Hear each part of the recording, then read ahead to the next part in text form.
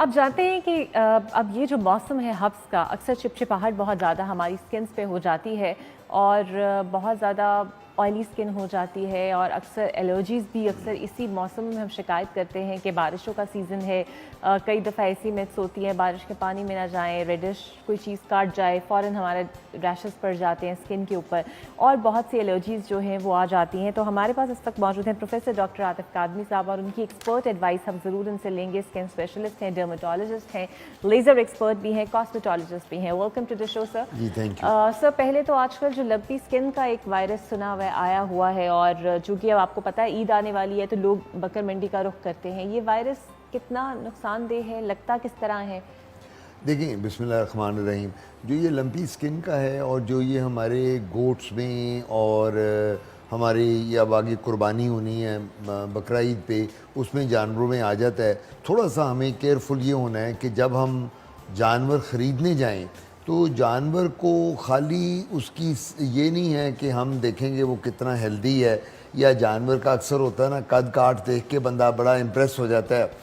یہ بہت اچھا ہے، 1.5 لاکھ کا، 2 لاکھ کا، 2.5 لاکھ کا۔ ہمیں تھوڑا سا اس کی سکن کو بھی دیکھنا چاہیے جانور کی، اور اگر ہمیں نظر آئے کہ وہاں سکن پہ اور وہ بڑے بڑے کوئی اس کے دانے سے بنے ہوئے ہیں، اس کے جو فر ہے سکن کی جانور کی وہ اتر رہی ہے کچھ جگہوں سے، اور کچھ جگہوں میں زخم بنے ہوئے ہیں، تو دین وی شوڈ اوائڈ دیٹ جانور۔ ہم لوگوں کو وہ جانور ایسا نہیں لینا چاہیے کہ جس کے اوپر ہمیں اس کی جلد جو جانور کی ہے اس کے اوپر کوئی نہ کوئی ہمیں نشانات نظر آئیں، ہمیں وہاں کوئی زخم نظر آئیں، اور الٹیمیٹلی اس کے منہ کے پاس اسپیشلی جانور کے، اگر بکرے کی قربانی کرنی ہے، گائے کی کرنی ہے، کسی کی بھی، تو وہ ہمیں اس کا منہ اور چہرہ اور جسم یعنی اس جانور کا دیکھ کر اچھی طرح پھر ہمیں وہ خریدنا چاہیے۔ صحیح۔ اچھا سر، اگر فار ایگزامپل کسی کو لگ جاتی ہے لمپی اسکن کی الرجی، تو وہ ہوتی کس قسم کی ہے کہ ہم آئیڈینٹیفائی کریں کہ یہ وہ والی الرجی ہے، اور کیا نقصان؟ جو یہ لمپی اسکن کی یہ ڈیزیز ہے، یہ جنرلی ایک اچھی بات اللہ تعالیٰ نے یہ کی ہے کہ یہ جانوروں سے انسانوں میں اس کا منتقل ہونا مشکل ہے، یہ جانوروں تک محدود رہتی ہے۔ یہ ہے کہ اگر ہم وہ اس جانور کا گوشت کھا لیں گے جس میں یہ وائرس ہے تو ہم لوگوں کو ڈائریا ہو سکتا ہے، ڈائریا کے علاوہ تھوڑا سا وامٹنگ ہو سکتی ہے، نوزیا ہو سکتا ہے، لیکن اللہ نہ کرے کہ یہ کوئی ایسی بیماری نہیں ہے کہ اگر ایک جانور سے کھا لی جائے غلطی سے تو خدا نہ خواستہ جس طرح کووڈ تھا یا منکی پاکس ہے، اس طرح کی بیماریوں میں یہ شامل نہیں ہوتی۔ ہاں، یعنی یہ تو پہلے آپ کلیئر کر لیں کہ جانوروں سے انسانوں کو یہ نہیں لگتی، انلیس اینڈ انٹل آپ کوئی اور آپ کو ایشوز نہ ہو اس کے گوشت کھانے سے۔ اچھا سر، تو یہ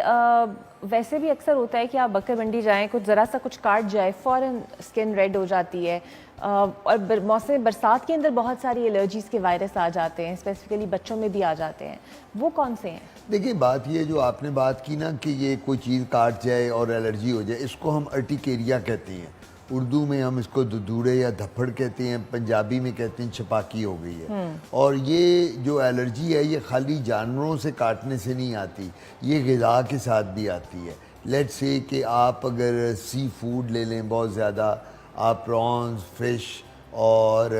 بہت زیادہ چکن کھائیں، مٹن کھائیں، ایون بیف کے بعد بہت ہو جاتی ہے، تو لوگوں کی باڈی جو ہے وہ اکثر اس پہ ریڈ نشان پڑ جاتے ہیں، خارش ہونی شروع ہو جاتی ہے۔ بچے جو ہیں ان بچوں میں انسیکٹ بائٹ کے بعد ایسے نشان الرجی کے آ جاتے ہیں، سکن آپ کی ریڈ ہوتی ہے اور آپ ایک جگہ پہ خارش کرتے چلے جاتے ہیں، تو اس کو ارٹیکیریا کہتے ہیں، وہ جگہ پھول جاتی ہے، ریڈ ہو جاتی ہے، تو پھر ہمیں وہاں اس کا علاج کرنا ہوتا ہے۔ اور سب سے بڑی بات ہے کہ گرمیوں کے موسم میں آج کل کا جس طرح موسم ہے پاکستان میں، اس موسم میں ہمیں فروٹس اور جوسز اور ویجیٹیبل اس کا استعمال زیادہ کرنا ہے۔ ہم لوگ اسپیشلی جو لاہور کے لوگ ہیں، ہم لوگ بہت مرغن غذائیں کھانے کے شوقین ہیں۔ اگر آپ اندرون شہر چلی جائیں تو وہاں آپ دیکھیں گی ہریسہ، نہاری، سری پائے اور اس طرح کی چیزیں بہت کھائی جاتی ہیں، یہ سارا مرغن، تو ان کو ہمیں اوائڈ کرنا چاہیے اور کوشش کرنی چاہیے کہ پانی زیادہ سے زیادہ لیں.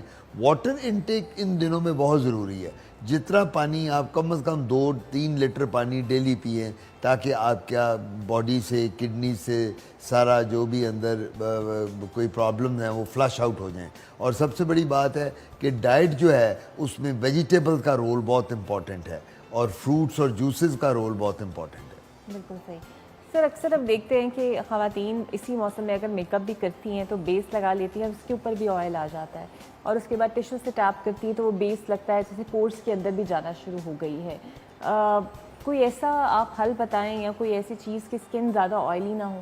دیکھیے سب سے بڑی بات ہے خواتین نے تو باز نہیں آنا بیس لگانے سے اور کاسمیٹکس یوز کرنے سے، اور وہ ان کا رائٹ بھی ہے. اچھا لگنا تو نبی پاک کا بھی ہمارے یہ تھا کہ ہر شخص کا اچھا لگنا، خاتون ہو مرد ہو. لیکن میں ہمیشہ یہ بات کرتا ہوں کہ اس موسم میں آپ جو مرضی کریں. اب آپ میرے ساتھ بیٹھی ہیں، پروگرام کر رہی ہیں، آپ نے جو مرضی کاسمیٹکس، لیکن جو ہی آپ پروگرام سے فارغ ہوں، آپ اب جس طرح ہیں یہاں آپ کے، تو immediately you should go and wipe off everything from your face اپنے گھر جانے سے پہلے. یعنی آپ نے یہ نہیں کرنا کہ اپنا ورکنگ جو انوائرمنٹ ہے اس پہ جو آپ یوز کر رہی ہیں وہ لگا ہوا اور پھر آپ گھر جا رہی ہیں، دھوپ بھی پڑ رہی ہے، گرمی بھی، کیونکہ جو پورز ہیں ہمارے وہ پورز، آپ کی بات بالکل ٹھیک ہے، جب آپ بیس لگائیں گی اس کے اوپر کوئی یعنی اور چیز یوز کریں گی، پسینہ آئے گا، گرمی ہوگی تو وہ سارا ٹرپ ڈاؤن کر جائے گا اور الٹیمیٹلی وہ جو چہرہ ہے اس کے اوپر پھر آپ کے نشان رہ جاتے ہیں، اس کے اوپر پمپلز بڑھ جاتے ہیں، چھائیاں ہو جاتی ہیں. تو میرا مشورہ یہ ہوگا کہ ان دنوں میں جو ہی آپ کاسمیٹکس یوز کریں اور آپ کی نیچر آف جاب ایسی ہو کہ آپ کا کام جب وہ ختم ہو جائے، اپنا آفس ورک ہو جائے یا شو بز میں ہے، تو امیڈیٹلی اپنا سارے کا سارا جو میک اپ ہے اور کاسمیٹکس ہیں چہرے سے اس کو وائپ آف کر دیں. اچھا سر، اب چونکہ یہ گوشت کھانے سے بھی اسکن کا کوئی ایشو ہو سکتا ہے؟ بالکل، گوشت کھانے سے بہت الرجی. بیف جو ہوتا ہے، میں نے یہ دیکھا ہے میرے پاس پیشنٹ جتنے آ رہے ہیں، مجھے اب اباؤٹ 40 ایئرز ہو گئے ہیں ڈرمیٹالوجی میں، تو میرے پاس سارے مریض آگے کہتے ہیں ڈاکٹر عاطف میں جب بھی کبھی بیف کھاؤں تو مجھے زیادہ پرابلم آتی ہے. تو گوشت کھانے کے ساتھ تو لوگوں میں بہت مسئلے آتے ہیں اور وہ لوگوں کو الرجی جو اسکن کی جو آپ بات کر رہی ہیں سب سے زیادہ گوشت کھانے سے. کبھی کوئی آپ کو شخص یہ بڑا ریئر ہوگا کہ کہے کہ میں سبزیاں کھانے کے بعد، ویجیٹیبل کے بعد مجھے الرجی ہوتی ہے یا فروٹس کھانے کے ساتھ الرجی ہوتی ہے. بڑا ریئر ہے، ہر بندہ یہی کہے گا. اب انڈا کھانے کے بعد لوگوں کو کئیوں کو الرجی ہوتی ہے. ہم پھر انہیں کیا کہتے ہیں کہ جی آپ اگر ایگز کے شوقین ہیں، انڈا کھانا ہے تو زردی نہیں کھانی، کیونکہ جو ایگ یولک ہوتا ہے، ایگ یولک میں بھی ہائی پروٹینز ہوتی ہیں، وہ ہائی پروٹینز آپ کی باڈی کو الرجی کرتی ہیں، تو وہ ہم ان کو منع کرتے ہیں. تبھی میں آپ کو کہتا ہوں نا کہ واٹر انٹیک گرمیوں میں بہت زیادہ ہونا چاہیے. اچھا سر، اکثر یہ مجھے کافی نے کہا بھی کہ میں سوال پوچھوں، یہ جو کڑوا شربت ہوتا ہے جس پہ کہتے ہیں خون صاف ہو جاتا ہے اس سے، فار ایگزامپل ہم بچپن میں دیکھتے تھے وہ لڑکی آتی تھی اور کہتی تھی صافی سے خون صاف، چہرہ شاداب. یہ جو اس طرح کے جو مارکیٹ میں اویلیبل ہیں، یہ واقعی چہرے کو شاداب بنا دیتے ہیں؟ اگر خون صاف کرنے کے کانسیپٹس ان شربتوں سے شروع ہو جاتے تو ہماری کبھی لڑائیاں جھگڑے نہ ہوتے، میاں بیوی میں کبھی کوئی غصہ نہ، خون صاف ہو گیا آپ کا بھی، آپ کے ہسبینڈ کا، میری بیوی کا، اور ہم نے شربت پیا، ہم لوگ کبھی لڑتے نہ، جھگڑتے نہ. یہ ایک متھ بنی ہوئی ہے خون صاف کرنے والی. خون صاف کرنا یہ کوئی گاڑی کا پیٹرول یا انجن کا پیٹرول نہیں ہے کہ آئل نکال کے نیا آئل ڈال دو تو وہ صاف ہو جائے. یہ جو خون ہے، یہ خون میں ریڈ بلڈ سیلز ہیں، وائٹ بلڈ سیلز ہیں، پلیٹلیٹس ہیں. اس کے بعد یہ جو خون اللہ تعالیٰ نے بنایا ہے اس کے صاف کرنے کا طریقہ صرف ایک ہی ہوتا ہے، اور وہ طریقہ کیا ہے کہ آپ نے پراپر ڈائٹ لینی ہے. اور اگر کبھی کوئی آپ کو بیماری ہے تو پھر اس بیماری کے لیے اپنے ڈاکٹر سے بات کریں، رادر دین کہ یہ دیسی ٹوٹکے کریں کہ جی وہ ہم کوئی ایسی کڑوی چیز والا شربت پینے جس سے ہماری اندر کی کڑواہٹ ختم ہو جائے اور خون ٹھنڈا ہو جائے اور صاف ہو جائے. تو لوگ کہتے ہیں نا کہ جی اس کا تو خون ہی سفید ہو گیا، یہ تو اپنے ماں باپ کو بھی نہیں ملتا، اپنی بیوی کو اس نے چھوڑ دیا ہے، تو یہ خون سفید ہونے کے پھر تو ایسی دوائی دیں اس کو کہ جس کے ساتھ وہ اندر کڑواہٹ والا شربت پی لے اور وہ دنیا کو سب کو بھول جائے اور اپنی بیوی اور اپنے لوگوں سے پیار کرنا شروع کر دے.